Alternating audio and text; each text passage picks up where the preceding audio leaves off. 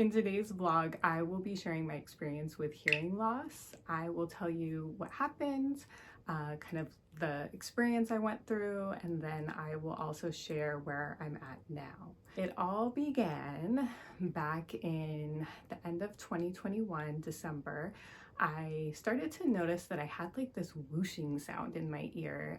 It was just kind of like whoosh, whoosh, whoosh. It was intermittent. It would like come and go. If things were really quiet, I would notice it. And so it got to be really annoying.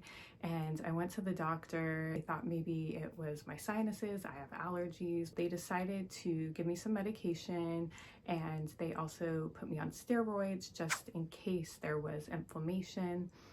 Took the doses, seemed to go back to normal. It was the end of January 2022.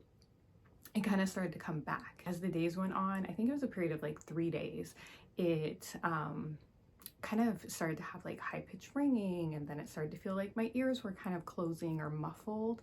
And then within 1 day, it went from that to by the evening, I couldn't hear out of my left ear. It just, everything got super muffled.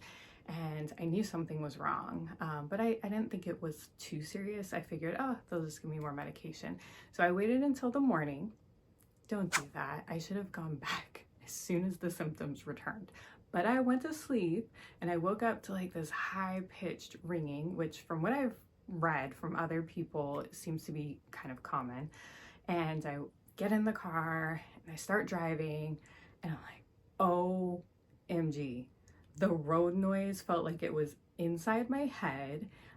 It was torture. I was just like, oh my gosh, why does this noise sound so amplified and garbled? And so that's something that might sound kind of weird, like you lose your hearing, but then you're talking about how loud it is. I think for a lot of us that have experienced this, that is exactly what happens. You can't make out words, but you're hearing all of this garbled, jumbled noise as if it's right inside your head, as loud as possible.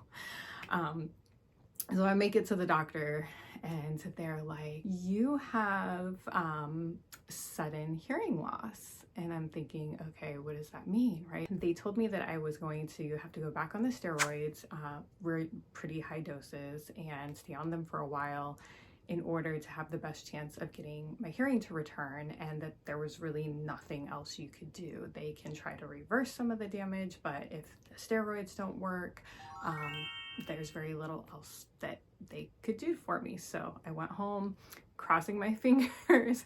Okay, hearing, I need you to come back. Of course, I started the medication right away. What do they think could have caused it? A lot of times they just really don't know. And they had theories. One of their theories was, so I had an adverse vaccine reaction in November of 2021, so shortly before.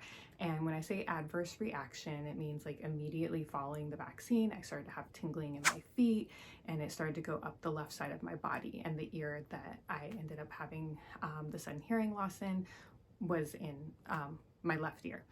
So one of their thoughts was I already had stuff going on from this, and perhaps I came in contact with a virus and it just like set it off and got super inflamed, and that was what caused it. They don't know. After I had the adverse reaction and I would have like these shooting nerve pains all up and down my body, it was really awful. It went on for quite a while. They did a brain MRI. They tried all these things, and they ended up just being like, here's some medication for nerve pain, go home, live life. I always get these weird things that happen, and the doctors end up being like, yeah, we don't really know what's wrong with you. I don't know if y'all have experienced that. And then I end up having to find a way to heal myself. Let me rewind here. All right, so I go in, I'm diagnosed with a sudden hearing loss. I go home, it's 3 days later, and then boom, I get hit with one of these nerve attacks where I'm just like 8, 9, 10 out of on the pain scale on the left side. I go back in, and I'm like, hey, I'm having like this horrible nerve pain, and they're just kind of like, yeah, there's nothing we're really gonna do for you about that, but you're hearing, all right, let's retest you. So they retest me, and my hearing, they're like, oh, it's vastly improved. Now, vastly improved on hearing tests and vastly improved in real life must mean two different things.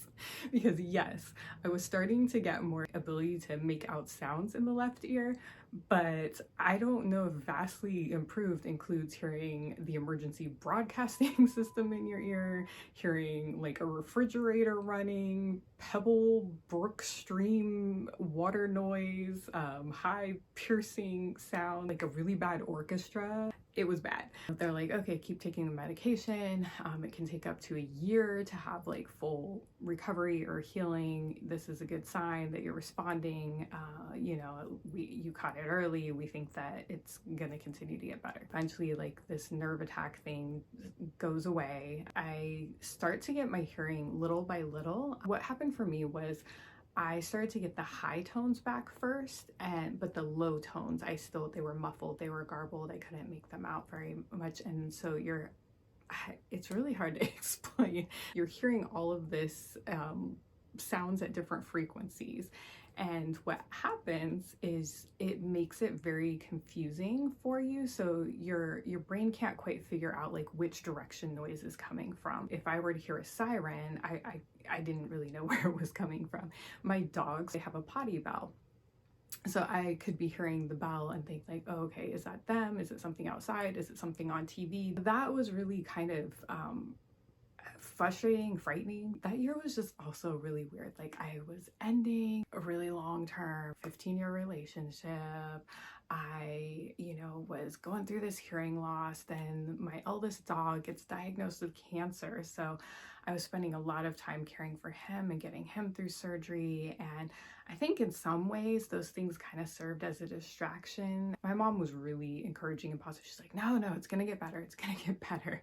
Because every day I would be talking to her like, this is horrible. This was once I could stand to talk on the phone, because for a while it was pretty torturous to try to talk on the phone and like hear all these different noises and different tones and frequencies of a conversation. I was always like plugging the ear to try to see like, oh, am I getting more sound back?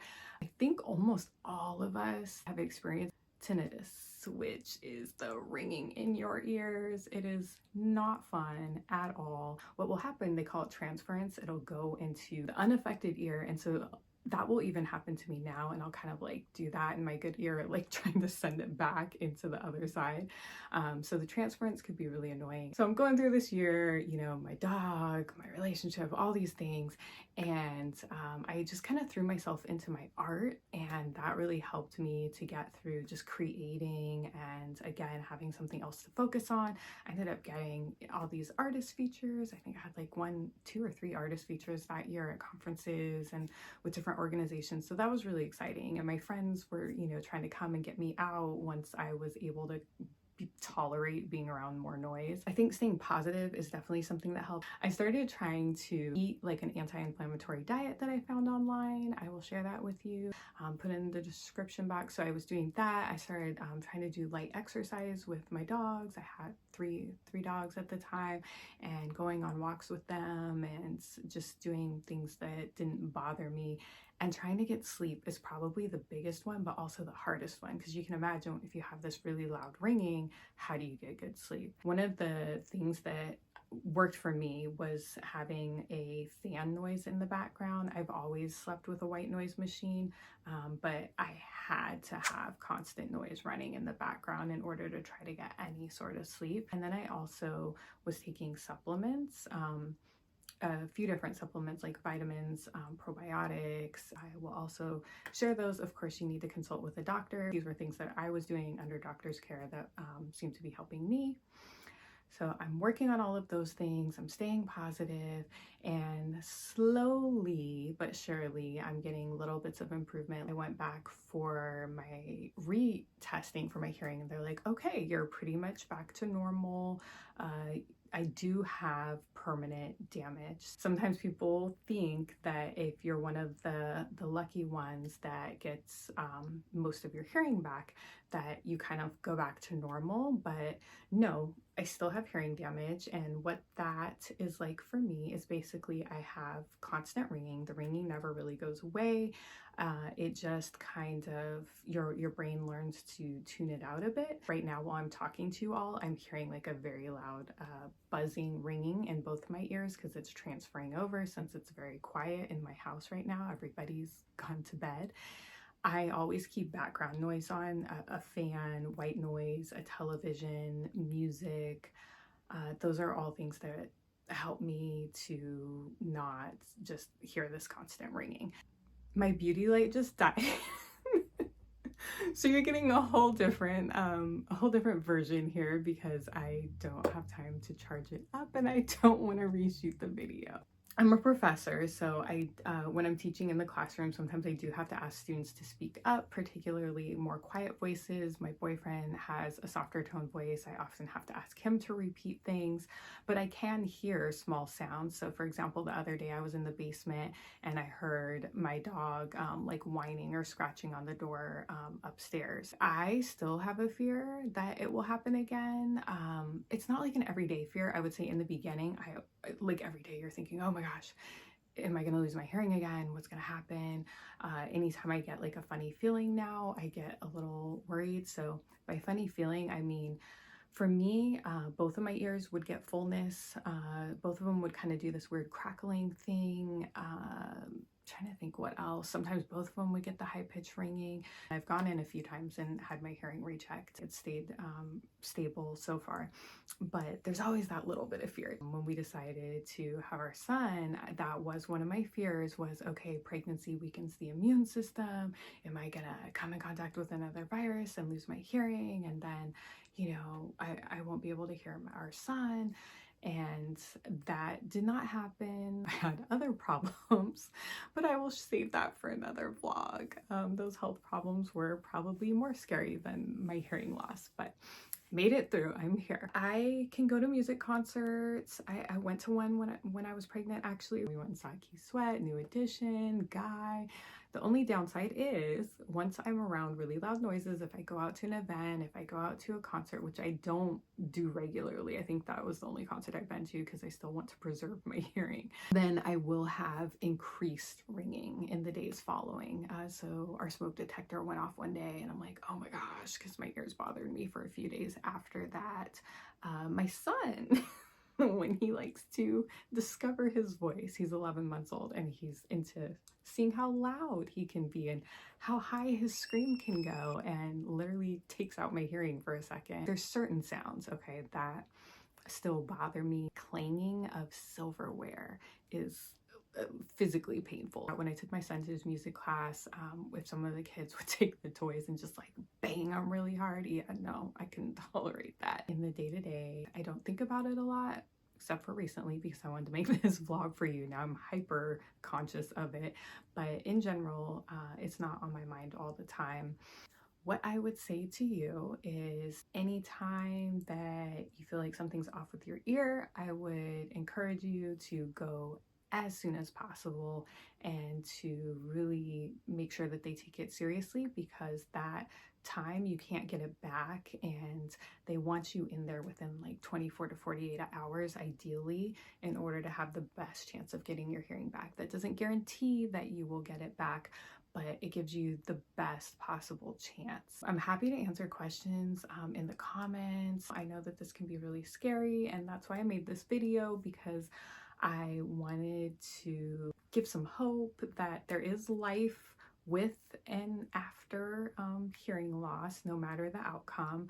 We all just kind of have to adjust to, you know, your new normal, and it does take time. Like I said, it didn't get better just overnight. It did take over a year, definitely a full year, but I would say even going into the following year for a bit. I found a lot of support in a Facebook group. Some of you might be from that group because I'm planning to share this with you all. I should probably be getting to bed because it's so late. I hope this was helpful. Good night.